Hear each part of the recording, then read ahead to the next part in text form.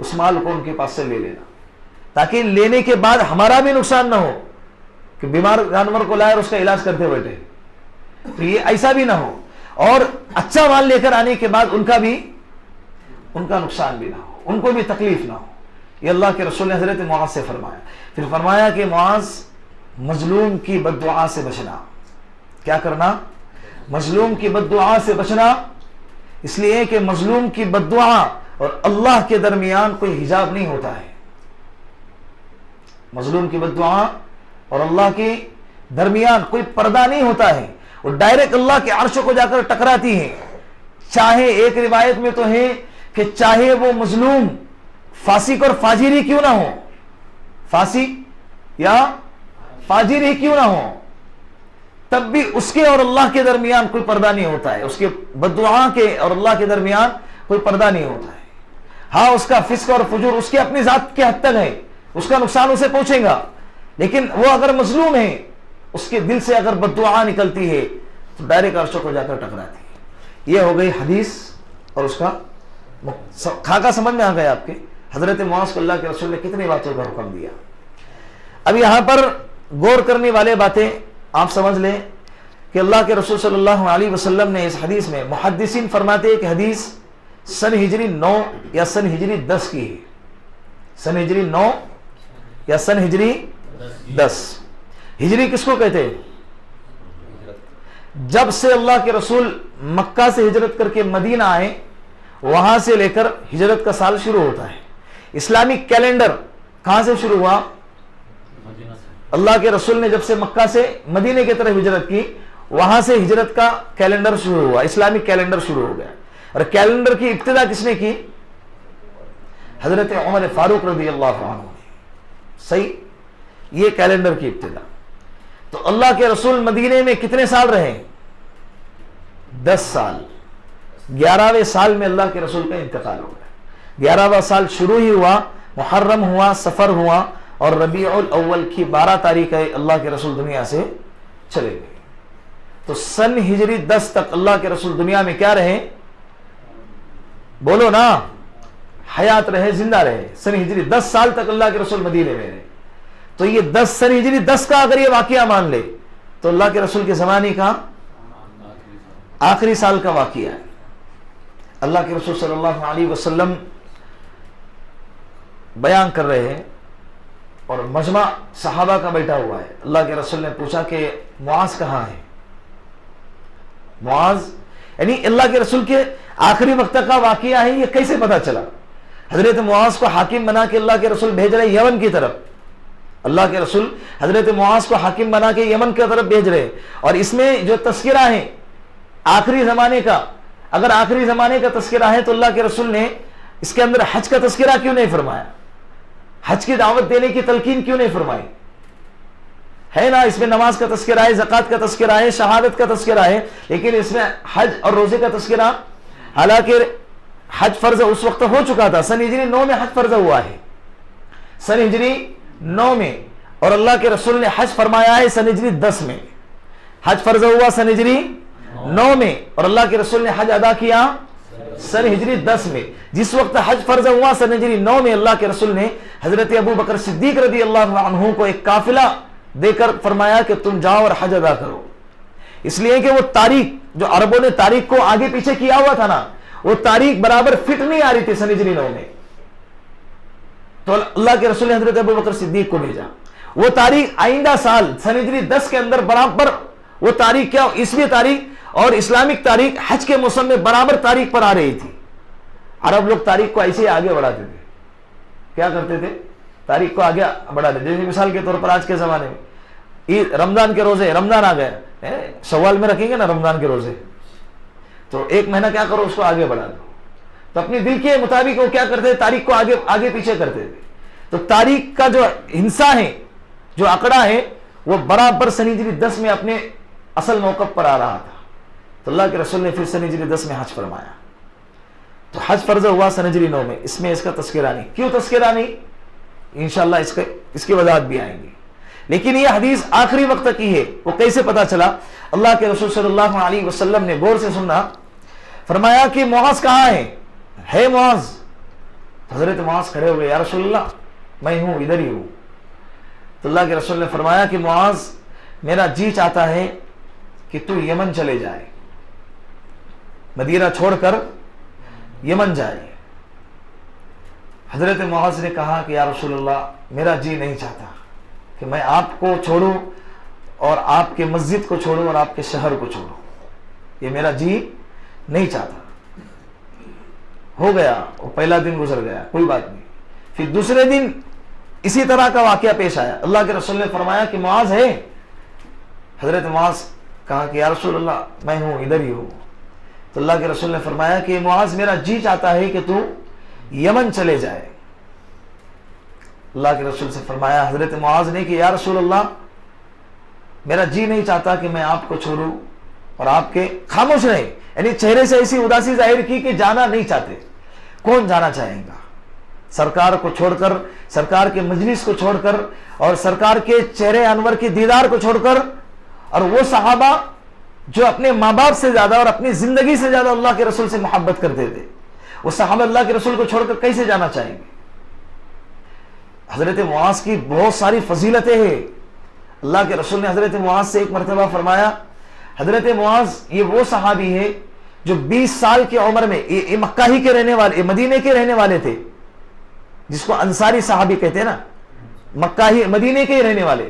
جب اللہ کے رسول مکہ میں رہتے تھے تو اس وقت مدینے کے کچھ لوگ اللہ کے رسول کو ریکویسٹ کرنے کے لیے آئے تھے کہ آپ ہمارے یہاں تشریف لائیے, مکہ سے نکل کے آپ مدینے میں تشریف لائیے, ہم آپ کی مدد کریں گے اور آپ کی حفاظت کریں گے. تو جو اللہ کے رسول کو منانے کے لیے اور دعوت دینے کے لیے آئے تھے, ان لوگوں میں حضرت معاذ ابن جبل رضی اللہ عنہ بھی تھے. عمر کتنی تھی ان کی؟ 20 سال. حضرت معاذ ابن جبل سے اللہ کے رسول نے فرمایا تھا کہ معاذ انی احبک, میں تجھ سے محبت کرتا ہوں. یہ جملہ اللہ کے رسول نے کسی کے بارے میں نہیں فرمایا. حضرت معاذ کی یہ کوالٹی ہے کہ اللہ کے رسول نے ان سے کیا فرمایا؟ انی احبک. اور 3 لوگوں کے بارے میں اللہ کے رسول نے ایسے الفاظ فرمائے کہ نعم الرجل ابا بکر, نعم الرجل عمر, نعم الرجل معاذ ابن جبل, کہ حضرت ابو بکر صدیق کیا ہی بہترین شخص ہے, حضرت عمر فاروق رضی اللہ عنہ کیا ہی بہترین شخص ہے, حضرت معاذ ابن جبل رضی اللہ عنہ کیا ہی بہترین شخص ہے. یہ 3 لوگوں کے بارے میں ایک وقت میں فرمایا تھا. تو اللہ کے رسول سے فرما رہے کہ اللہ کے رسول فرما رہے انی احبک, کہ معاذ میں تجھ سے, کتنی بڑی بات ہوگی. جیسے ایک غلام بادشاہ سے کہے کہ بادشاہ سلامت, میں آپ سے محبت کرتا ہوں, یہ کوئی بہت بڑی بات نہیں ہے, کیونکہ ہر کوئی بادشاہ سے محبت کرے گا, بادشاہ ہے وہ. بادشاہ کہے کسی غلام سے کہ میں تجھ سے محبت کرتا ہوں, یہ کیا ہو گئی؟ بہت بڑی بات ہو گئی. وہ غلام فخر کرے گا کہ بادشاہ نے مجھ سے کہا, بولتے نا وہ مجھے جانتا ہے, میں اسے جانتا ہوں, یہ کوئی تعارف نہیں کروا تھا, وہ مجھے جانتا ہے. یہ بہت بڑی بات ہے, یہ نسبت کرنا کیا ہے؟ بہت بڑی بات ہے. حضرت معاذ ابن جبل رضی اللہ عنہ سے فرمایا اللہ کے رسول نے کہ انی احبو, اے معاذ میں تجھ سے محبت کرتا ہوں. تو حضرت معاذ نے بھی کہا کہ یا رسول اللہ میں بھی کرتا ہوں آپ سے محبت, میں بھی آپ سے محبت کرتا ہوں. تو اللہ کے رسول نے فرمایا کہ معاذ میں تجھ سے محبت کرتا ہوں, اس لیے آج میں تجھے ایک بات بتاتا ہوں, تو ہر نماز کے بعد ایک دعا بتاتا ہوں, تو ہر نماز کے بعد اس دعا کو پڑھنا, اور تو نہیں رہتی دنیا تک میرے آنے والے امتی کے لیے میں کہتا ہوں کہ جو شخص اس دعا کو ہر نماز کے بعد پڑھے گا وہ انسان کبھی خسارے میں نہیں رہے گا. پھر اللہ کے رسول نے دعا فرمائی, ربی اعنی علی ذکری و شکری و حسن عبادتی, ربی اعنی علی ذکری و شکری و حسن عبادتی. اللہ سے مدد طلب کی گئی ہے, اے اللہ تیری یاد میں تجھے میں یاد کروں, اس پر میری مدد فرما, میں تیرا شکر ادا کروں, اس پر میری مدد فرما, اور اچھی عبادت کروں, اس پر تو میری کیا کر, مدد فرما. یہ حضرت معاذ سے فرما. اس حدیث کا نام گرا ہے جو بیان کیا اللہ کے رسول نے فرمایا میں تجھ سے محبت کرتا ہوں. پھر حضرت معاذ نے فرمایا کہ اللہ کے رسول میں بھی آپ سے محبت کرتا ہوں. پھر اللہ کے رسول نے حضرت معاذ ابن جبل کو دعا فرمائی. یہ حدیث کا نام ہے, نام ہی گر گیا مسلسل بالمحبہ, مسلسل بالمحبت نام گر گیا. حضرت معاذ نے اپنے شاگردوں کو جب یہ حدیث سنائی تو اسی شاگردوں کو سنائی جو شاگرد حضرت معاذ کا سب سے زیادہ عزیز تھا اور سب سے زیادہ محبوب تھا، اور یہ کہہ کر سنائی کہ میں تجھ سے محبت کرتا ہوں. یہ حدیث پھر آگے نکل گئی. پھر اس شاگرد نے اپنے شاگردوں کو جو حدیث بیان فرمائی یہ کہہ کر کہ میں تجھ سے محبت کرتا ہوں. یہ سلسلہ چلتا چلتا چلتا آج تک کتابوں میں درج آیا ہے. اس کو کہتے ہیں مسلسلات، مسلسل بالمحبت نام دے گئے. تو یہ حضرت معاذ بن جبل یہ وہ صحابی ہے. تو سوچو جب ایسے صحابی سے کہا جائے کہ چھوڑو مدینہ اور مدینہ چھوڑ کر چلے جاؤ تو کیا گزرے گی ان کے دل میں؟ چہرہ اداس نہیں ہوگا؟ ظاہر سی بات ہے ہوگا. کسی نے آپ سے کہہ دیا کہ پونا چھوڑ کے چلے جاؤ دوسرے شہر میں، بیوی بال بچے گھر بار ماحول محلہ دوست احباب عزیز اقربا سب کو چھوڑ کر چلے جاؤ، جائیں گے؟ دل نہیں چاہے گا. حضرت معاذ کا چہرہ اتر گیا. حضرت اللہ کے رسول نے فرمایا سمجھ گئے ٹھیک ہے. 2 دن گزر گئے. اس کے بعد اللہ کے رسول خاموش رہے. کتنے دن؟ 11 دن تک خاموش رہے. 11ویں دن اللہ کے رسول نے فرمایا معاذ کہاں ہے؟ کہا یا رسول اللہ میں حاضر ہوں. کہا کہ میرا حکم ہے کہ تو یمن چلا جائے. کیا فرمایا؟ تیسری مرتبہ الفاظ بدل گئے. پہلے 2 مرتبہ الفاظ کیا تھے؟ میرا جی چاہتا ہے. تیسری مرتبہ الفاظ کیا ہو گئے؟ تبدیل ہو گئے. فرمایا میرا حکم ہے کہ تو یمن چلا جائے. اسی لمحے باہر نکلے اور چند منٹ کے اندر حضرت معاذ ابن جبل تھوڑے ہی وقت میں اونٹ لے کر آئے اور اونٹ کے اوپر سوار ہو کر کہا لبیک یا رسول اللہ، سامان سواری سب حاضر ہے، میں جانے کے لیے ریڈی ہوں. اللہ کے رسول نے فرمایا ایسے نہیں، میں آ رہا ہوں رخصت کرنے کے لیے. خود چل کے اللہ کے رسول باہر آئے. حضرت معاذ سے فرمایا کہ معاذ کیا بات ہے؟ ابتدا میں 2 مرتبہ کہا جانے کے لیے تو تیار نہیں ہوئے اور آج کہا تو فوراً تیار ہو گئے. حضرت معاذ کہنے لگے کہ یا رسول اللہ پہلی 2 مرتبہ تمہارے الفاظ تھے، آپ کے الفاظ تھے کہ میرا جی چاہتا ہے کہ تو یمن چلا جائے، آپ کا حکم نہیں تھا. اس لیے یا رسول اللہ آپ کو چھوڑنے کا اور آپ کے مجلسوں کو چھوڑنے کا اور آپ کے مسجد کو چھوڑ کے جانے کا اور آپ کے شہر کو چھوڑ کے جانے کا میرا جی نہیں چاہتا. لیکن جب آپ نے کہا کہ میرا حکم ہے معاذ تو یمن چلا جائے تو یا رسول اللہ یہ میرا ایمان ہے، اگر میں آپ کے حکم کو نہ مانتا تو میں یمن تو کیا میں جہنم چلا جاتا. یمن نہیں جاتا تو میں کہاں جاتا؟ جہنم چلا جاتا. پھر حضرت معاذ نے اپنے آپ کو تھما کے رکھا. اب روانگی کا وقت، جدائی کا وقت ہے. کس کا وقت ہے؟ جدائی کا وقت ہے. اللہ کے رسول نے فرمایا کہ معاذ سواری پر سوار رہو، اونٹنی پر اپنے سوار رہو، میں تمہیں چھوڑنے کے لیے مدینے کے باؤنڈری تک جاؤں گا. اونٹ کی نکیل پکڑی اللہ کے رسول نے. حضرت معاذ کہنے لگے یا رسول اللہ میں یہیں سے چلا جاتا ہوں، مجھے پتا ہے راستہ. کہا کہ نہیں معاذ، اب اس وقت تم مہمان ہو اور میں میزبان ہوں. میں کون ہوں؟ اور میزبان کا کام ہوتا ہے کہ اس کو باؤنڈری تک چھوڑ کر آئے، یہ سنت ہے. تو میں تمہیں چھوڑنے کے لیے باؤنڈری تک آؤں گا، بیٹھے رہو. حضرت معاذ سواری پر ہے، اللہ کے رسول اونٹ کے نکیل پکڑ کر چل رہے ہیں. کیا منظر ہوگا؟ بادشاہ اور آقا چل رہا ہے اور غلام سواری پر سوار ہے. حضرت معاذ دل میں ٹھان کر بیٹھے کہ جب باؤنڈری پر پہنچیں گے نا اور ملاقات کرنے کے لیے، مصافحہ کرنے کے لیے جب نیچے اتروں گا تو میں گلے نہیں ملوں گا، کیونکہ گلے ملوں گا تو مجھے رونا آئے گا. میں روؤں گا، مجھے میرا رونا تو برداشت ہو جائے گا، لیکن میرے رونے کو دیکھ کر اللہ کے رسول بھی روئیں گے جو مجھے برداشت نہیں ہوگا. تو میں کیا کروں گا؟ صرف مصافحہ کروں گا، روؤں گا نہیں. سوچ کے رکھے، ٹھان کے رکھیں گے دل کے دل میں کہ اب میں روؤں گا نہیں. چلے چلے چلے مدینے کی باؤنڈری آ گئی. اللہ کے رسول صلی اللہ علیہ وسلم سے فرمایا کہ یا رسول اللہ آ گئی مدینے کی باؤنڈری، اب میں جاتا ہوں. نیچے اترے، مصافحہ کیے اور جانے لگے. تو اللہ کے رسول نے فرمایا کہ معاذ گلے نہیں ملو گے. کیا فرمایا؟ اے معاذ گلے نہیں ملو گے. حضرت معاذ اللہ کے رسول صلی اللہ علیہ وسلم کے گلے ملے. اتنا روئے اتنا روئے، اللہ کے رسول بھی رونے لگے. دونوں ایک دوسرے کے گلے مل کے رونے لگ گئے.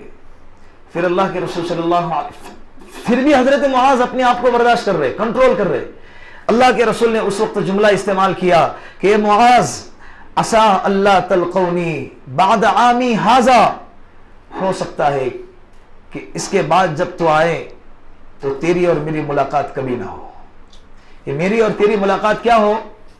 یہ آخری ملاقات ہو. عسا اللہ تلقونی, تلقون کے معنی آتے ملاقات. عسا اللہ تلقونی بعد عامی ھذا, اس کے بعد جب تو آئیں گا تو تیری میری ملاقات نہیں ہوگی. لعلک تمر بمسجدی او بقبری, جب تو آئیں گا تو اے معاذ مجھے بھولنا نہیں, جب میرے مسجد کے پاس سے گزرے گا تو میرے قبر پہ بھی آ جانا. سوچا حضرت معاذ کے دل پہ کیا گزرے ہوگی. اتنا روئے حضرت معاذ, اتنا روئے دھڑے مار مار کے کہ کلیجہ پھٹ جائے.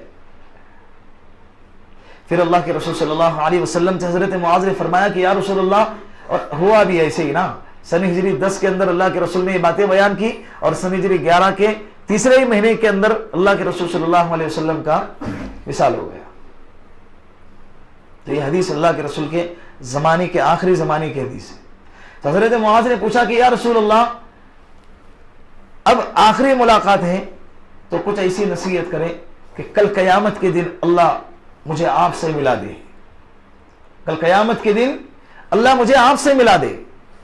بھئی یہاں کی جدائی تو برداشت کر لوں گا, لیکن کل قیامت کے دن کی جدائی آپ کے بغیر برداشت نہیں کروں گا. تو اللہ کے رسول صلی اللہ علیہ وسلم نے پھر فرمایا کہ معاذ میں تجھے ایک ایسی نصیحت کرتا ہوں جو تیرے لیے نہیں بلکہ قیامت تک کے آنے والے امتی کے لیے, جو کہیں کا بھی رہنے والا ہو, جو چاہے مجھ سے قریب ہو یا چاہے مجھ سے دور کا رہنے والا ہو, اگر میری اس نصیحت پر عمل کرے گا تو کل قیامت کے دن اللہ مجھے اس شخص کو مجھ سے سب سے قریب کریں گے. پھر اللہ کے رسول نے نصیحت فرمائی, اے معاذ اپنے آپ کو تقوی سے آراستہ کرو. کس سے آراستہ کرو؟ ہندوستان کا رہنے والا ہوں, اگر تقوی ہے تو کل قیامت کے دن اللہ کے اور اللہ کے رسول کے قریب ہوگا. اور اگر تقوی والا نہیں ہے, دل میں تقوی نہیں ہے, اللہ کا خوف نہیں ہے, اللہ کی محبت نہیں ہے, چاہے وہ مدینے میں رہنے والا ہو, اگر مر جائیں گا تو کل قیامت کے دن اللہ کے اور اللہ کے رسول سے قریب نہیں ہوگا. کتنا پیارا اصول ہے ہم جیسوں کے لیے خاص طور پہ. اگر ہم آج یہاں ہیں اور دل میں اگر یہ داعیہ پیدا ہوتا ہے کہ یار ہم اتنے دور ہیں, اگر ہم چاہے کہ اللہ کے رسول صلی اللہ علیہ وسلم کے قریب جائے تو نہیں جا سکتے. اللہ کے رسول نے فرمایا نہیں جا سکتے ہو تم, بس تقوی اختیار کرو. کیا کرو؟ وَمَن يَتَّقِ اللَّهَ يَجْعَلْ لَهُ مَخْرَجًا وَيَرْزُقْهُ مِنْ حَيْثُ لَا يَحْتَسِبُ. قرآن کہتا ہے وَمَن يَتَّقِ اللَّهَ يَجْعَلْ لَهُ مَخْرَجًا, جو شخص اللہ کے لیے تقوی اختیار کرتا ہے تو اللہ اس کے لیے کیا کر دیتے ہیں؟ تنگ گلیوں سے راستے نکال دیتے ہیں. جب انسان کسی راستے میں پھنس جاتا ہے تو اللہ اس کے لیے راستے نکالیں گے. کسی جگہ میں انسان پریشان ہو جاتا ہے, کسی پریشانی میں مبتلا ہو جاتا ہے, اگر تقوی والا ہے اللہ اس کو اس پریشانی سے کیا کریں گے؟ نجات دلائیں گے. وَيَجْعَلْ لَهُ مَخْرَجًا وَيَرْزُقْهُ مِنْ حَيْثُ لَا يَحْتَسِبُ. قرآن کہتا ہے کہ جو شخص تقوی اختیار کرے گا تو اللہ اس کو ایسی جگہ سے رزق عطا فرمائیں گے جہاں سے اس کو آنے کا گمان بھی نہیں ہوگا. اچانک اللہ کی طرف سے مدد آئیں گی, سوچا بھی نہیں تھا کہ وہاں سے رزق آئے گا, اور ہوگا یہ کر کے دیکھ لینا. یقین کا مسئلہ ہے. کس کا مسئلہ ہے؟ یقین. تو یہ صحابی کب کے, یہ صحابی اور یہ جو حدیث ہے یہ کب کی حدیث ہے؟ اللہ کے رسول صلی اللہ علیہ وسلم کے آخری زمانے کی. جب آخری زمانے کی ہے تو اس حدیث کے اندر حج کا تذکرہ بھی ہونا چاہیے تھا نا, لیکن حج کا تذکرہ نہیں ہے. کیوں نہیں ہے؟ اس لیے نہیں ہے کہ اللہ کے رسول صلی اللہ علیہ وسلم حضرت معاذ کو جو ہے تعلیم دے رہے, حضرت معاذ کو تعلیم دے رہے, ایک اصول اور ایک ترتیب بتا رہے کہ جب تم جاؤ تو تبلیغ جب کرو گے تو ترتیب وار تبلیغ کرنا, دعوت جب دو گے اسلام کی تو ترتیب وار دعوت دینا. یہ نہیں کہ اسلام کے سارے احکام اس کے سامنے پیش کر دیے اور وہ ڈر جائے, پھر اس کو مشکل لگے کہ یار اتنا مشکل اسلام ہے. نماز بھی پڑھو, روزہ بھی رکھو, بھوکے بھی رہو, زکات بھی دو, حج بھی کرو, اور یہ کرو وہ کرو. اسلام کے اگر سارے احکام اس کے سامنے رکھ دیے جائیں تو سامنے والا بندہ کیا ہو جائے گا؟ ڈر جائے گا. اللہ کے رسول اس حدیث میں تعلیم کی اور دعوت کی ترتیب اور اسلوب بتا رہے کہ پہلے کلمہ شہادت ان سے پڑھواؤ. اگر وہ پڑھ گئے پھر ان کا سینہ تھوڑا کھل جائے گا. پھر ان سے کہو کہ اللہ کے بارگاہ میں سجدہ کرو, نمازیں پڑھو. اگر اس عمل پہ آ گئے تو دھیرے دھیرے کرتے کرتے پھر کیا کرو, جیسے مثال کے طور پر جب بچہ پیدا ہوتا ہے تو اس کو بھینس کا دودھ نہیں پلا سکتے, اس کے اندر وہ کیپیسٹی نہیں ہوتی ہے وہ دودھ کو ہضم کرنے کی, اس کو برداشت کرنے کی, اس کے اندر وہ طاقت نہیں ہوتی. اگر کسی نے پلا دیا اور پیدا ہوتے کے ساتھ اس کو چاول رائس کھلا رہے, جواری کی روٹی اور گھیو کی روٹی کھلا رہے, تو بچہ کیا ہوگا؟ شہد چٹانے سے بھی ڈرتے ہیں, ہلکا سا چٹاتے تاکہ اس کو تکلیف نہ ہو. اس میں اتنی ہی صلاحیت ہے, وہ ماں کا دودھ ہی برداشت کریں گا. اور اگر کسی عذر کی وجہ سے ماں سے دودھ نہیں نکل رہا ہے تو بکری کا دودھ, اس میں بھی پانی ملا کر, جو سب سے ہلکا ہوتا ہے, پتلا ہوتا ہے, تو اس میں اتنی برداشت کرنے کی طاقت نہیں ہوتی. جیسے جیسے وہ اگر اس نے بکری کے دودھ کو یا ماں کے دودھ کو برداشت کیا ایک عمر ہونے تک, پھر اس کے بعد اس کو وہ برداشت کیا تو باہر کی غذائیں اس کو ہلکی ہلکی پتلی پتلی غذائیں اس کو کھلاتے جو اس کو ہضم ہوتی. پھر دھیرے دھیرے کرتے دانت آتے, پھر بچہ اپنے ہاتھوں سے روٹی چبا کے کھاتا ہے, لیتا ہے, اور اب پھر چاول, پھر وہ آگے کی غذائیں. تو جیسے جیسے کیپیسٹی بڑھتی جائیں گی ویسے اس کی غذا بھی بڑھتی جائیں گی. ایسے ہی ابتدا میں اسلام کے سارے احکام اگر کسی انجان انسان کے سامنے رکھ دیے جائیں تو انسان ڈر جائے گا, اور یہ اسلام اتنا مشکل والا مذہب ہے. حالانکہ اللہ کا کروڑوں کروڑوں احسان ہے, کروڑوں کروڑ اللہ کا لاکھ لاکھ شکر ادا کرے کہ اللہ نے اتنا پیارا مذہب ہم کو عطا کیا, اور اتنا پیارا دین اللہ نے ہم کو عطا کیا کہ جب کسی مذہب کے سامنے سے, کسی مذہب کے ماننے والوں کے پاس سے جب گزرتے ہیں نا, اور ان کو ایسے ایسے مشکلات میں عبادتیں کرتے ہوئے جب دیکھتے ہیں کہ بعض لوگوں کو دیکھا کہ مندر کے پاس ایسے لٹتے ہوئے کیا کر رہے ہیں, جا رہے ہیں, اور کوئی سیڑھیاں, اتنے سیڑھیاں ہے, 100 سیڑھیوں والا مندر ہے, 150 سیڑھی والا مندر ہے, جو اس کو پار کر کے درشن کرے گا تو اس کو بھگوان کا قرب نصیب ہوگا. ان لوگوں کا ایسا نظریہ ہے. اتنے 101 ناریل چڑھائیں گے تو بھگوان کا قرب نصیب ہوگا. ان کے معبود, ان کے نظریے کے مطابق ان کے معبود کا قرب انہیں نصیب ہوگا. فلاں کی بلی چڑھائیں گے, فلاں کا یہ کریں گے اور وہ کریں گے, یہ ان کا نظریہ ہے. اللہ کا اتنا کرم ہے کہ اللہ نے دین اسلام دے کر ہم کو بھیجا ہے. قرآن کہتا ہے واسجد واقترب, اے میرا بندہ تو صرف سجدہ کر, میرے قریب آ جا. اللہ کے قرب کو پانے کے لیے, اللہ کے قریب جانے کے لیے کیا ہے؟ سجدہ کر, قریب جا. سجدہ کر اور قریب جا. اور ان کے اس میں بعض لوگ ایسے جو بہت زیادہ اپنے آپ کو ان کے بھگوان کا قریبی مانتے ہیں, ان کو تو سنیاس لینا پڑتا ہے, دنیاوی عیش و عشرت کو چھوڑ دینا پڑتا ہے. بیوی بال بچے گھر جتنے بھی خواہشات آرائش دنیا ہے اس سب کو ان کو چھوڑ دینا پڑتا ہے. اسلام اس کی تعلیم نہیں دیتا بیوی نکاح کرو, بلکہ اسلام تو کہتا ہے 4 نکاح کرو, بچے پیدا کرو, بچوں کی تربیت کرو, بچوں کی پرورش کرو, کھلاؤ پلاؤ, تعلیم دو ان کو کیا کرو؟ اچھی سے اچھی تعلیم دو, ایک معاشرہ پیدا کرو, کھاؤ بھی پیو بھی. یہ سب کی اللہ کے رسول اور شریعت اور اسلام اس کی تعلیم دیتا ہے. یہ سب کرنے کے بعد بھی تم اللہ کا قرب حاصل کر سکتے ہو. یہ نہیں کہ تم نکاح کیے تو اب اللہ سے دور ہو گئے, بلکہ ایک صحابی نے تو قسم کھائی تھی کہ اللہ کے رسول ہم ارادہ کرتے ہیں کہ ہم زندگی بھر کبھی نکاح نہیں کریں گے. ایک صحابی نے قسم کھائی کہ یا رسول اللہ میں زندگی بھر روزہ رکھوں گا, زندگی بھر روزہ رکھوں گا. ایک صحابی نے قسم کھائی کہ یا رسول اللہ میں پوری زندگی رات میں سوؤں گا ہی نہیں, اللہ کے سامنے کھڑا رہوں گا. اللہ کے رسول غصہ ہو گئے, منع فرمایا نہیں, یہ نہیں کہ خوش ہو گئے کیا بات ہے میرے شاگرد اتنی قربانی دے رہے, میرے شاگرد اتنی قربانی دے رہے, نکاح نہیں کر رہے اور پوری زندگی روزہ رکھ رہے اور رات بھر اللہ کے سامنے نہیں. اللہ کے رسول نے ان کو کیا کیا؟ صحیح جگہ موڑا ہے. کہا کہ تم سے زیادہ میں اللہ کی عبادت کرتا ہوں, تم سے زیادہ میں اللہ سے ڈرتا ہوں, تم سے زیادہ میں اللہ سے ڈرتا ہوں. میں بھی نکاح کرتا ہوں, میں کبھی روزہ بھی رکھتا ہوں اور کبھی روزہ نہیں بھی رکھتا ہوں, افطار بھی کرتا ہوں, اور رات میں بھی اللہ کی عبادت کرتا ہوں, لیکن رات میں سوتا بھی ہوں اور اللہ کی عبادت بھی کرتا ہوں. یہ اللہ کے رسول نے اسلوب بتایا ہے زندگی کا. یہ نہیں کہ راہبوں کی طرح زندگی سنیاس لے لو اور پوری زندگی کے عیش و عشرت کو چھوڑ دو اور بیوی بال بچوں کو چھوڑ کر. یہ اسلام کا پسندیدہ عمل نہیں ہے, یہ اسلام کا طریقہ ہی نہیں ہے. بیوی کے حق ادا کرو, بچوں کے حق ادا کرو, ان کی صحیح تربیت کرو. اسی معاشرے میں رہ کر ہم اللہ کو راضی کر سکتے ہیں. کتنا آسان ہے. تمہیں کچھ کرنے کی ضرورت نہیں ہے. یہ نہیں کہ مسلمان ہو گیا تو اپنے گھر کو چھوڑو, جائیداد کو چھوڑو, بیوی بچے کو چھوڑو. مسلمان بننے کے لیے فقط کیا ہے, گواہی دینا ہے کہ اللہ کے سوا کوئی معبود نہیں اور اللہ کے رسول محمد اللہ کے رسول ہیں. اور اپنے ہی معاشرے میں رہتے ہوئے, اپنے ہی نظام زندگی کے اندر رہتے ہوئے جو اللہ نے بتایا ہے وہ کام آسانی کے ساتھ کر سکتے ہیں.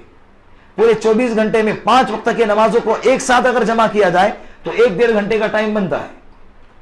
کیا مشکل, کچھ بھی نہیں. رمضان کے روزے سال میں 1 مہینہ ہے, وہ بھی کھا پی کے. صبح میں کھاؤ, شام میں کھاؤ, رات میں, دن میں بھوکا رہنا ہے. سحری کھانا وہ بھی سنت قرار دیا. یہ نہیں کہ بغیر سحری کا روزہ یہ افضل ہے اور اس کے فضائل بیان کیے گئے کہ جو شخص بغیر سحری کا روزہ رکھے گا اس کو زیادہ ثواب ملے گا, بلکہ کہا کہ جو سحری کر کے روزہ رکھے گا اس کو ثواب زیادہ ملے گا. اللہ کے رسول نے سحری کو افضل قرار دیا. کتنی آسانی. اور جتنا رمضان کے اندر افطاری میں کھاتے اتنا سال بھر نصیب بھی نہیں ہوتا ہے, کوشش کرے تو بھی جمع نہیں ہوتا ہے. اور اس کی جو لذت ملتی ہے نا, سال بھر کھجورے دیکھتے, سال بھر شربت دیکھتے, لیکن دل میں وہ کھلبلی نہیں مچتی جو کھلبلی رمضان میں افطار کے وقت میں سموسے کو اور شربت کو دیکھ کر ملتی ہے حقیقت میں. اور اس کا لطف روزے دار ہی اٹھا سکتا ہے, اس کے علاوہ کوئی نہیں اٹھا سکتا. اسی لیے اللہ کے رسول نے فرمایا کہ روزے دار کو 2 خوشیاں ملیں گی. کتنی؟ ایک خوشی افطار کے وقت میں اور دوسری خوشی کل قیامت کے دن اللہ انہیں عطا کریں گے جب وہ اللہ کو ملیں گے. تو کتنا آسان مذہب ہے. صبح کھا کے بھوکا رہنے کو کہا, کھاؤ اور دن بھر بھوکا رہو. اس میں بھی کیا ہے, آج کے زمانے کے اعتبار سے ہمارا روزہ کس طرح سے ہوتا ہے.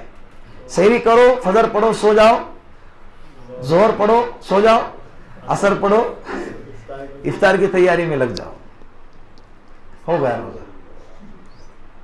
اور پھر کیا تذکرہ کرتے ہیں عصر کے بعد سے, آج تو محسوس نہیں ہو گیا روزہ. نیند میں محسوس ہوگا کیا؟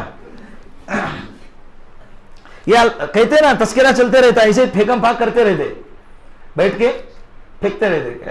آج تو اللہ کرم سے ذرا پیاس بھی نہیں لگی میرے کو. نیند میں کہاں سے پیاس لگی؟ تو کتنا آسان دین ہے, کتنا آسان مذہب ہے. روزہ ایسا بھی ہو جاتا ہے, ہاں کہاں ہے مکروہ ہے کہ دن بھر سو کے گزار دینا, مکروہ لکھا ہے, لیکن روزہ اس سے بھی فاسد نہیں. کتنا آسان ہے.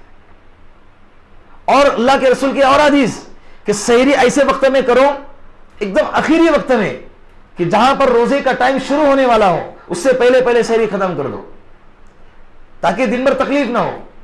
اور افطاری افضل کب ہے؟ فوراً جیسے افطاری کا وقت ہو جائے تو اول وقت کے اندر افطاری کرو.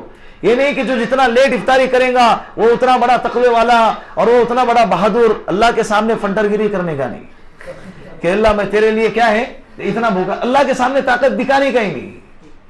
اللہ کے سامنے, اللہ کے رسول اللہ کے سامنے عاجزی دکھا رہے تو ہم کیا چیز ہے؟ مخلوق کے سامنے عاجزی نہیں دکھانا ہے. عاجزی کس کے سامنے دکھانا ہے؟ اللہ کے سامنے عاجزی دکھانا ہے. جیسے ایک لطیفہ ہے نا, ایک لطیفہ کے حقیقی واقعہ بھی ہے. ایک بندہ تھا بہت پریشان اپنی زندگی میں, ہر وقت اللہ سے دعا کرتا تھا, اے اللہ بہت پریشان ہو گیا ہوں, قرضوں سے, فیملی سے, اٹھا لے مجھے کیا کر دے, اٹھا لے, مجھے موت دے دے, اب مجھے برداشت نہیں ہو رہا ہے. یہ اللہ کے سامنے بار بار دعا کر رہا ہے. ایک مرتبہ اسی درخت کے پاس گیا اور درخت کے نیچے بیٹھ کر وہی دعا کہ اللہ مجھے اٹھا لے, بہت پریشان ہوں, بہت ڈپریشن میں ہوں. اوپر ایک بندہ بیٹھا ہوا تھا درخت میں, وہ پھانسی کا پھندا لٹکا کے ایسے اوپر سے رسی چھوڑ دیتا اس کے سامنے, اے میرا بندہ درخت کے اوپر سے، میں نے تیری دعا قبول کر لی، یہ پھندا اپنے گلے میں ڈال اور میرے پاس آ جا۔ اب وہ کہنے لگا اے اللہ، کیا بندہ مذاق بھی نہیں کر سکتا ابھی؟ مذاق بھی نہیں کرے، میں تو مذاق کر رہا تھا اسے۔ اللہ کے سامنے ہوشیاری نہیں کرنی، عاجزی، اللہ کے سامنے عاجزی، طاقت اللہ کے سامنے نہیں دکھانی۔ تو افطاری ایسے وقت میں کرنا افضل ہے جب افطاری کا وقت ہو جائے، فوراً اسی وقت۔ اسی لیے سفر کے اندر اگر نکل رہے ہیں اور ایسا لگتا ہے کہ بھائی میری افطاری سفر میں ہی ہوگی، تو مسافر آدمی کیا کرتا ہے، ساتھ میں کھجور تو لے کے ہی جاتا ہے یا پانی کی بوتل لے کر جاتا ہے کہ جیسے ہی وقت ہو جائے کھانا بعد میں کھا لیں گے، لیکن فوراً افطاری۔ کتنا آسان دین ہے۔ اللہ کے رسول نے فرمایا ان الدین یسر ولن یشاد الدین احد الا غلبہ، دین بہت آسان ہے، اگر کوئی دین میں سختی پیدا کرے گا تو دین اس پر غالب آئے گا، دین اس پر کیا آئے گا، غالب آئے گا۔ دین بہت آسان ہے۔ سختی پیدا کرے گا کا مطلب کیا سمجھ رہے؟ اگر کوئی دین میں سختی کرے گا کہ جیسے جو چیز شریعت میں ضروری نہیں ہے اور تم اس کو کیا کر رہے، ضروری سمجھ کے کر رہے، شریعت کہتی کرو۔ اگر یہ میرا کام ہو گیا تو میں 10 روزے رکھوں گا، شریعت نے روزے رکھنے کو حکم نہیں دیے تھے اس کو، اب اس نے کہا کہ اگر میرا یہ کام ہو گیا تو میں 10 روزے رکھوں گا، اب شریعت کہتی ہے رکھ۔ ابھی کام ہونے کے بعد پھر مسئلے پوچھنے کے لیے آتے، کچھ ہے کیا دوسرا راستہ؟ اس کا کفارہ وفارہ ہے کیا، 10 روزے نہیں رکھنا پڑے، ایسا کچھ ہے کیا؟ مانا کیوں مننا؟ شریعت نے کہا تھا کہ منت مانگ، ایسی نظر مانگ کرے، شریعت نے کہا نہیں، کہا تھا نا، جب کہہ لیا تو اب کیا کر، رکھ۔ دین آسان ہے، اللہ سے مانگو۔ ایسی منتیں بھی نہیں مانگنی چاہیے جو ہم نہیں کر سکے، یا کرے تو بڑی مشکل پیش آ جائے۔ اللہ سے مانگو، اللہ دیں گے، اللہ دیں گے۔ تو دین بہت آسان ہے، اگر کوئی چلنا چاہے تو دین سے زیادہ آسان کوئی مذہب ہے ہی نہیں، اسلام سے زیادہ آسان کوئی مذہب، اسلام سے زیادہ خوبصورت کوئی مذہب نہیں ہے۔ اگر کوئی حق کو پانے کی نیت سے اسلام کی اسٹڈی کرے گا نا، اللہ کی قسم اللہ اس کو ہدایت عطا کریں گے۔ الحمدللہ رب العالمین پڑھتے، الرحمن الرحیم مالک یوم الدین ایاک نعبد و ایاک نستعین اہدنا الصراط المستقیم صراط الذین انعمت علیہم غیر المغضوب علیہم ولا الضالین۔ ہم سورہ فاتحہ پڑھتے، پوری سورہ فاتحہ پڑھتے برابر۔ یہ قرآن میں سورہ فاتحہ نماز کے اندر، ہر نماز کے بعد پڑھتے ہیں، ہر نماز کے اندر پڑھتے ہیں۔ اس کے تفسیر میں مولانا اشرف علی تھانوی نور اللہ مرقدہ فرماتے ہیں کہ جب قرآن کہتا ہے کہ یہ ہدایت ہے، قرآن کیا کہتا ہے، یہ ہدایت ہے، تو بہت سارے یہودی نصارہ بھی قرآن پڑھتے ہیں، غیر لوگ بھی قرآن پڑھتے ہیں اس کی معلومات کو لینے کے لیے۔ تو حکیم الامت کہتے ہیں کہ جو شخص اللہ کو ڈر کے اور ہدایت کو پانے کی نیت سے قرآن پڑھیں گا، اللہ اس کو ہدایت دیں گے، اللہ اس کو کیا کریں گے، ہدایت دیں گے۔ اہدنا الصراط المستقیم مانگ رہا ہے کہ اللہ سیدھا راستہ عطا فرما، مانگ رہا ہے سیدھا راستہ عطا فرما۔ یہودی بھی اگر یہ سورہ فاتحہ پڑھتا ہے تو اس کو سیدھا راستہ کیوں نہیں ملتا؟ اس لیے کہ وہ اس نیت سے نہیں مانگتا ہے، وہ تو کیڑے نکالنے کے لیے اسلام کی اسٹڈی کرتے ہیں وہ لوگ، اور ہم سے زیادہ معلومات رکھتے ہیں، ہمیں تو ان کے مقابلے میں کچھ بھی معلومات نہیں، بڑے افسوس سے کہنا پڑتا ہے۔ اس کے لیے دین بہت آسان ہے، اگر کوئی حق کو پانے کی نیت سے اور سچے دل سے اگر اسلام کی اسٹڈی کرے گا، اسلام کو پڑھے گا، اللہ کی قسم اللہ اس کو کیا کریں گے، ہدایت عطا۔ اللہ کے رسول کی زندگی بھی پڑھیں گا، جو الزامات لگاتے اللہ کے رسول پر، اللہ کے رسول کی زندگی پر، اللہ کے رسول کے نکاح پر جو الزامات لگاتے ہیں، معاذ اللہ، اگر اللہ کے رسول کی سیرت بھی اگر پڑھیں گا تو اللہ کی قسم اللہ اس کو ہدایت عطا کریں گے۔ اور کئی ایسے لوگ ہیں جس نے اللہ کے رسول کی زندگی کو پڑھا اور اللہ نے ان کو ہدایت عطا فرمائی۔ پڑھ کر دیکھیں، ہم اگر پڑھیں گے ہمارا ایمان تازہ ہوگا۔ سیرت کی کتابوں کا مطالعہ رکھے، ربیع الاول کا مہینہ چل رہا ہے، اللہ کے رسول کی پیدائش اسی مہینے میں ہو گئی اور وفات بھی اسی مہینے میں ہو گئی۔ سیرت کا مطالعہ رکھے، اللہ کے رسول پیدا کب ہو گئے, اللہ کے رسول کا بچپنا کیسے گزرا, اللہ کے رسول کی جوانی کیسے گزری, نبوت کے وقت کے حالات کیسے ہیں, اللہ کے رسول صلی اللہ علیہ وسلم نے نبوت کے ملنے کے بعد مکہ والوں کو کیسے دعوت دی, اکیلے تنہا تھے, پورا خاندان ان کے مخالف بن گیا تھا, پھر بھی اللہ کے رسول نے کیسے صحابہ کے لشکر کو تیار کیا, صحابہ کے مجمع کو کیسے تیار کیا, صحابہ کی جماعت کو اللہ کے رسول نے کیسے تیار کی. مکہ کے 13 سال کے حالات معلوم کرے, طائف کے سفر کو معلوم کرے, مکہ سے مدینے کی ہجرت کو معلوم کرے, مدینے کے اندر اللہ کے رسول 10 سال رہے, 10 سال کیسے کیسے حالات آئے.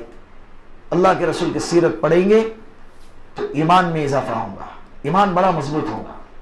جس نے سیرت پڑھ لی نا اس کو کچھ کرنے کی ضرورت ہی نہیں ہے, سب کچھ آ گیا سیرت میں, سب کچھ. ہر کوئی بندہ غریب ہے, امیر ہے, مرد ہے, عورت ہے, فقیر ہے, بادشاہ ہے, مسافر ہے, مقیم ہے, کمزور ہے, طاقتور ہے, ہر کوئی اللہ کے رسول کی سیرت کا محتاج ہے.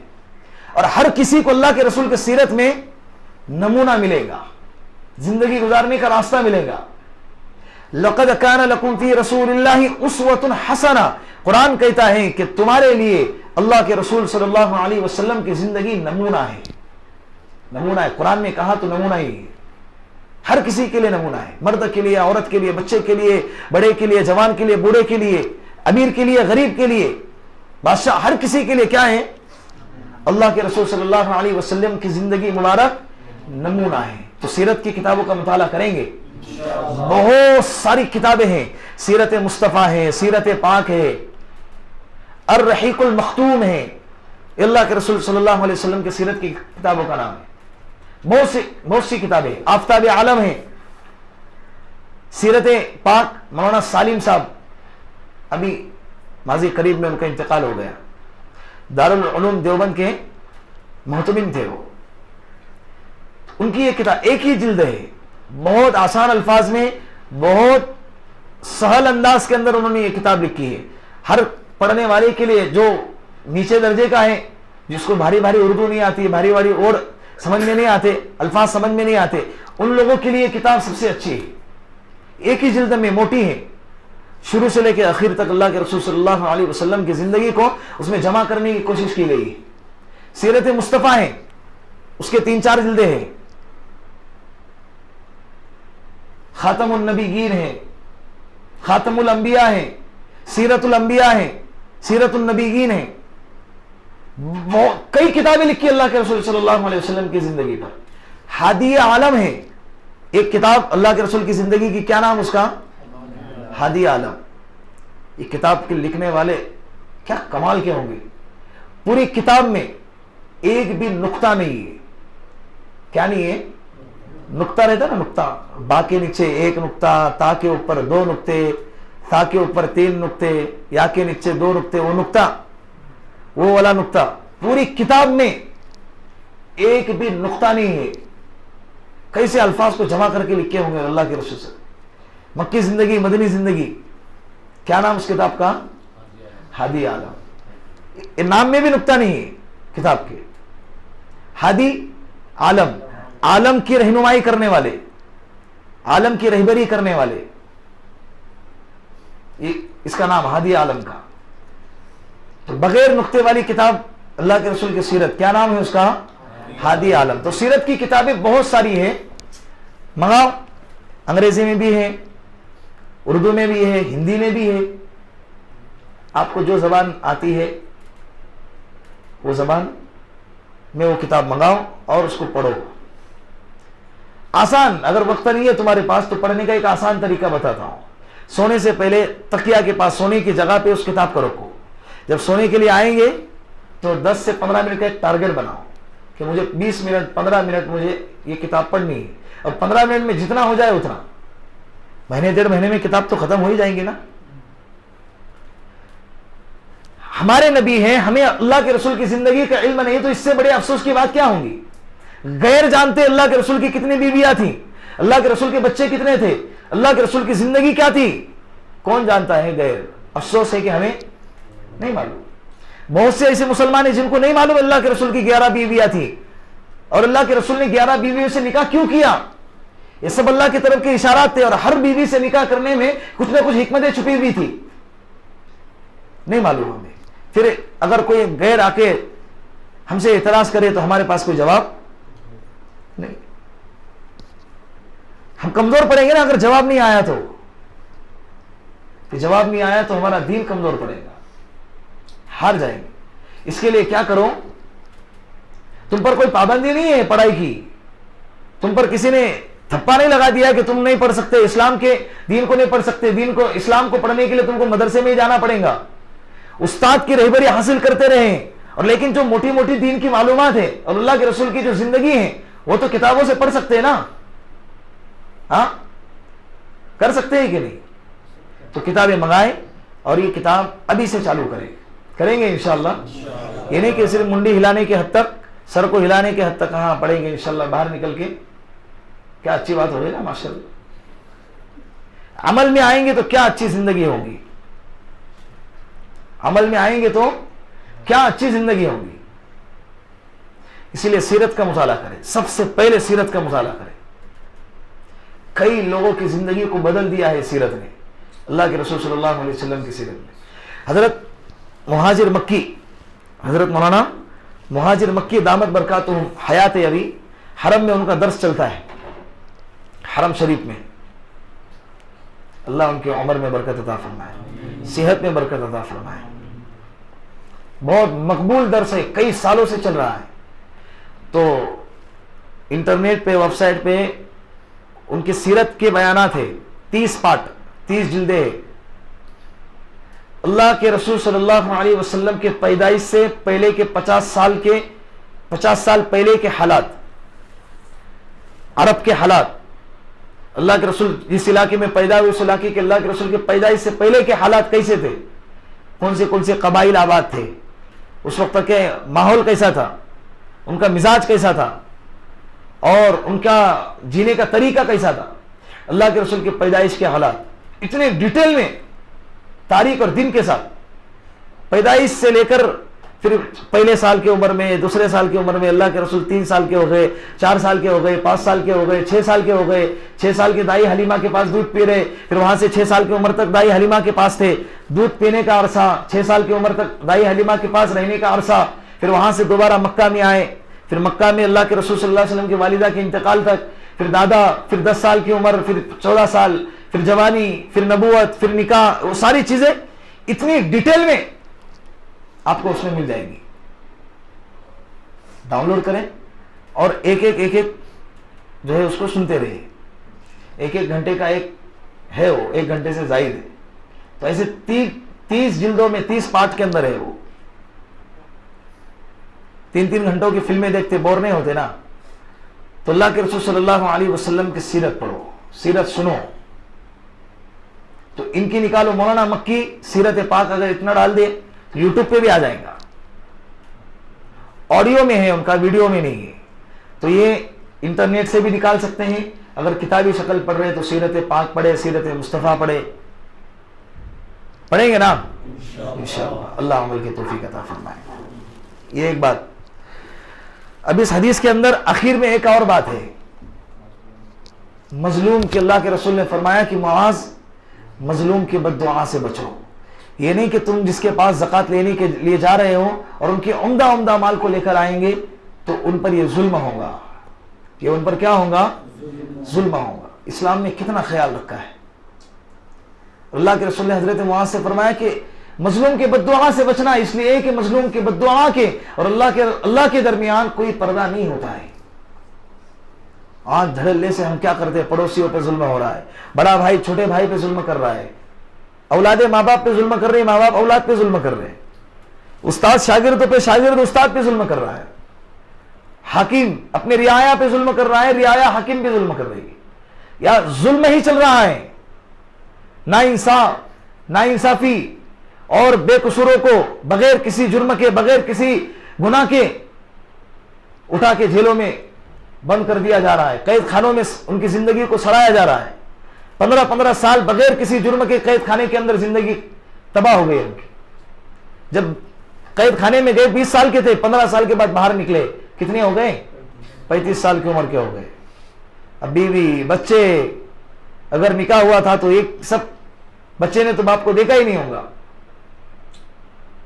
کیا حال ہوگا. پورے زندگی کا ایک بہترین خوبصورت عرصہ قید خانوں کے اندر، کئی ہزار، اور خاص طور پہ مسلمان نوجوان قید خانوں کے اندر اپنی زندگی برباد کر. ظلم نہیں تو کیا ہے، ظلم ہی. اور یاد رکھے کہ اللہ ظلم کو برداشت نہیں کرتے. فرعون جو ہے نا، اس کی حکومت کتنی بڑی تھی، اپنی حکومت، اتنی بڑی حکومت اور اتنی بڑی پاور تھی اس کے پاس. وہ پاور کے زوم میں تو وہ کہتا تھا نا کہ انا ربکم الاعلی، میں خدا ہوں، میں ہی سب سے بڑا رب ہوں. طاقت کے بعد ہی ایسے الفاظ نکلتے ہیں. پھر بھی اللہ اس کو ڈھیل دے رہے. اپنے ربوبیت کا دعویٰ کیا، رب ہونے کا دعویٰ کیا اس نے، پھر بھی اللہ نے اس کو چھوڑا. لیکن جب اسے پتا چلا کہ ایک بچہ آئے گا جو تیری حکومت کو تباہ کر دے گا، تو اس نے کیا کیا؟ بچوں کو قتل کرنا شروع کیا.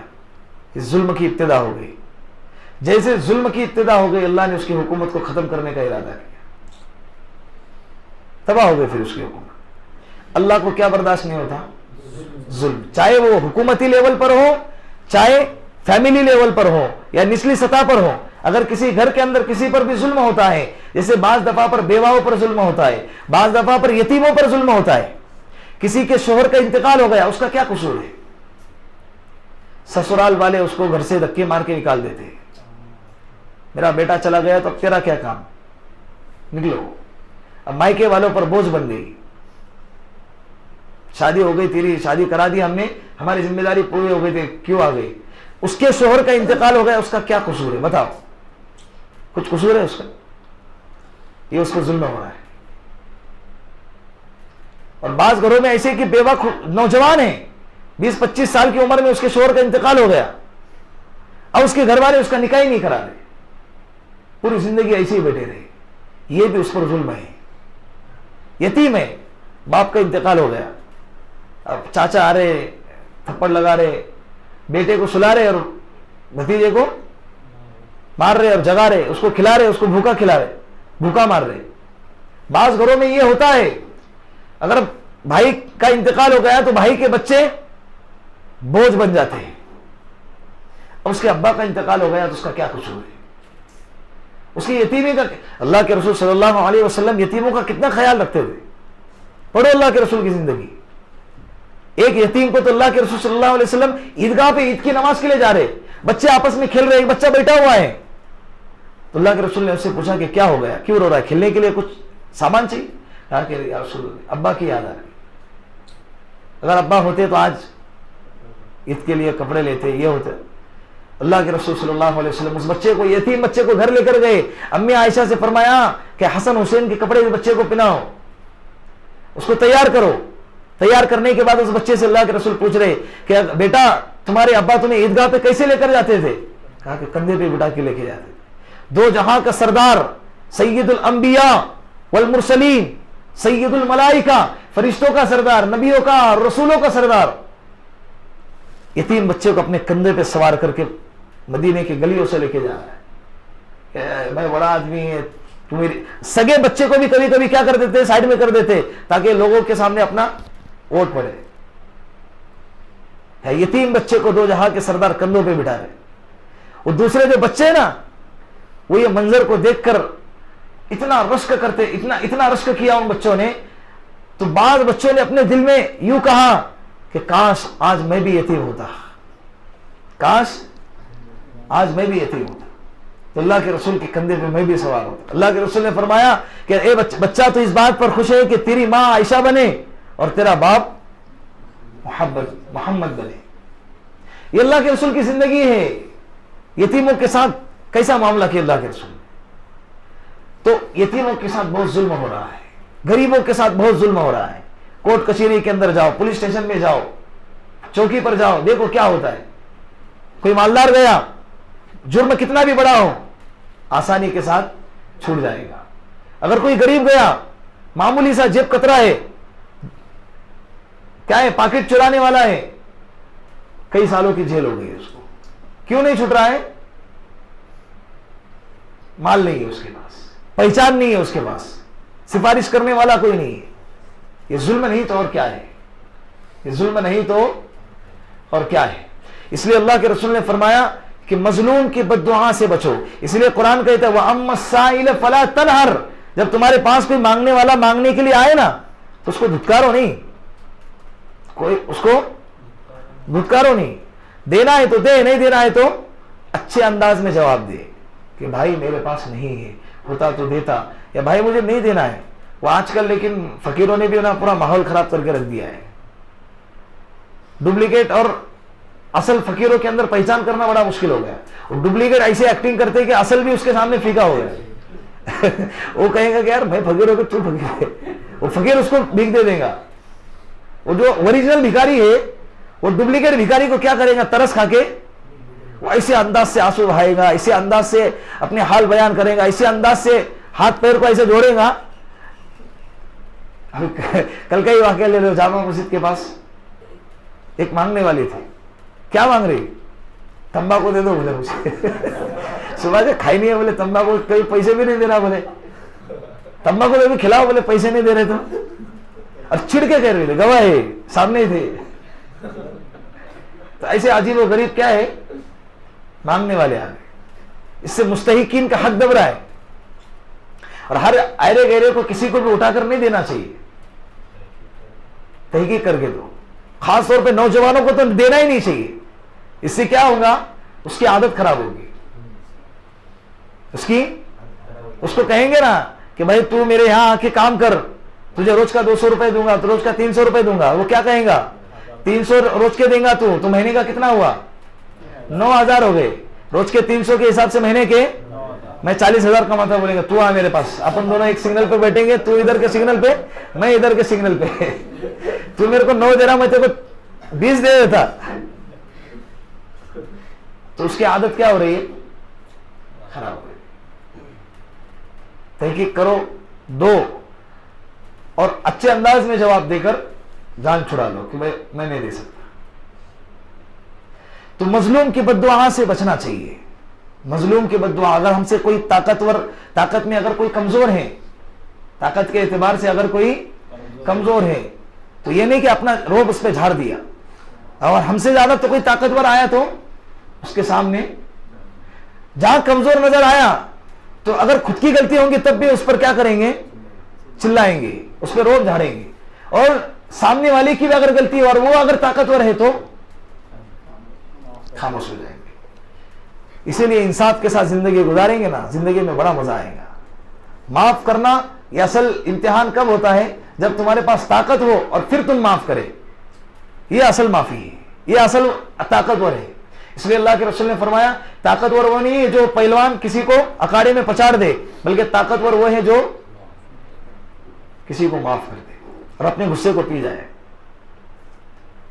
ایک بندہ نہیں ہے, گاڑی چلا رہا تھا 4 ویلر, تو بہت اسپیڈ میں تھا, تو بازو سے ایک اور کار چلی گئی, تو اس کو برداشت نہیں ہوا کہ میرے آگے اوورٹیک کر کے کوئی دوسرا چلا گیا, یا اور بھگایا اور اس کو کونے میں دبا کے آگے چلا گیا. تو ان لوگوں نے بھی کیا کیے, اس کو اوورٹیک کیے, دبا کے سائڈ میں دبا کے آگے چلے گئے. اس کو غصہ آ گیا, اسپیڈ سے گاڑی اس کے آگے لے لیا اور بریک مار دیا, اور ان کو مارنے کے لیے, پیچھے والے کو مارنے کے لیے کار میں سے اترا اور بڑا پانا نکالا اور مارنے کے لیے چلا گیا. جیسے قریب گیا تو گاڑی میں سے 4-5 بندے اترے. تو ان لوگوں نے کہا کیا ہو گیا, نہیں وہ تمہارا پانا گر گیا تھا تو یہ دینے کے لیے آیا تھا. اکیلا ہوتا تو یہ حال ہے ہمارا. اسی لیے سیدھا رہو, کیا ضرورت ہے پھنڈر گیری, ہر جگہ پہ نہیں چلتی ہے. سیدھا سیدھا چلتے رہو, معاف کرتے رہو. کمزور ہے معاف کرو, بڑا ہے معافی مانگو, ختم ہوا. زبردستی کا ہوشیاری دکھانے کی ضرورت نہیں ہے. جہاں جائیں گے وہاں ذلیل ہو جاؤں گے. اللہ کے رسول صلی اللہ علیہ وسلم کا یہودی نے ایسا گریبان پکڑا تھا. بازو میں کون تھا معلوم, حضرت عمر ابن خطاب, جس سے پورا عرب کانپتا تھا, وہ بازو میں تھے. پھر بھی اللہ کے رسول نے حضرت عمر سے فرمایا, کچھ نہیں کہا. حضرت عمر اجازت مانگ رہے, یا رسول اللہ مجھے اجازت دو, اس کمبخت کی گردن اڑا دو. لیکن اللہ کے رسول نے فرمایا نہیں. اللہ کے رسول خود بھی اتنے طاقتور تھے ماشاءاللہ کہ عرب کا کوئی پہلوان ان کے سامنے نہیں ٹک سکتا تھا. اتنے طاقتور تھے اللہ کے رسول، لیکن اس کے باوجود ہل بردباری برداشت کر رہے ہیں. ہم کو کتنا جلدی غصہ آ جاتا ہے.